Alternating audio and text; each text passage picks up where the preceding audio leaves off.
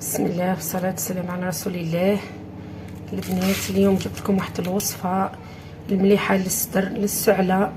هذا العنك صنوبر البنات، دواء العنك صنوبر هذا مليح للصدر، مليح للقراج، مليح لكلش، الكحبة السعلة هذيك القاوية.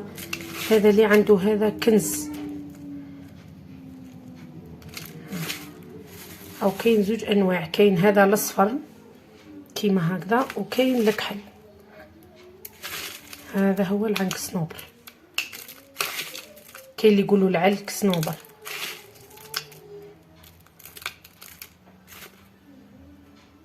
هذا نطيبوه مع زيت الزيتون، ومليح للسعلة، مليح للقراج، مليح لكلشي.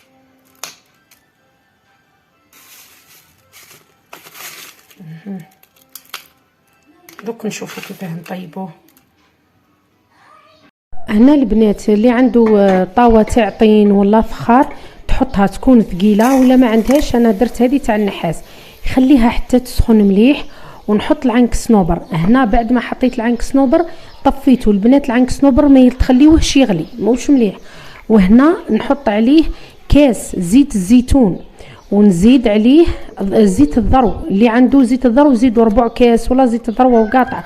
نبقى نحرك فيه حتى يذوب لي، يذوب العنك صنوبر مليح. او كاين العنك صنوبر اللي يذوب ثمثم، وكاين اللي يقعد حبات. هنا هاو ذاب لي، قعد غير شويه برك. نحطوه البنات في بلاره ونقفل عليه ونخليه نعطيو. شوفوا يشربوا مغرفه في الليل كي تبغاو ترقدوا، ومغرفه الصباح، ومغرفه كي تقيلوا ولا يقيلوا وليداتكم اعطيوهم نص نهار، بصح ما تخليوهمش يشربوا الماء.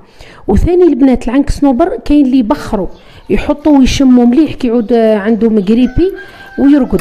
وثاني والله جيبوا حطوا ستور فوطه تسخن مليح، وسخنوا لهم ستورهم، ما من الكبار ولا الصغار، ودهني به صدر الطفل تاعك.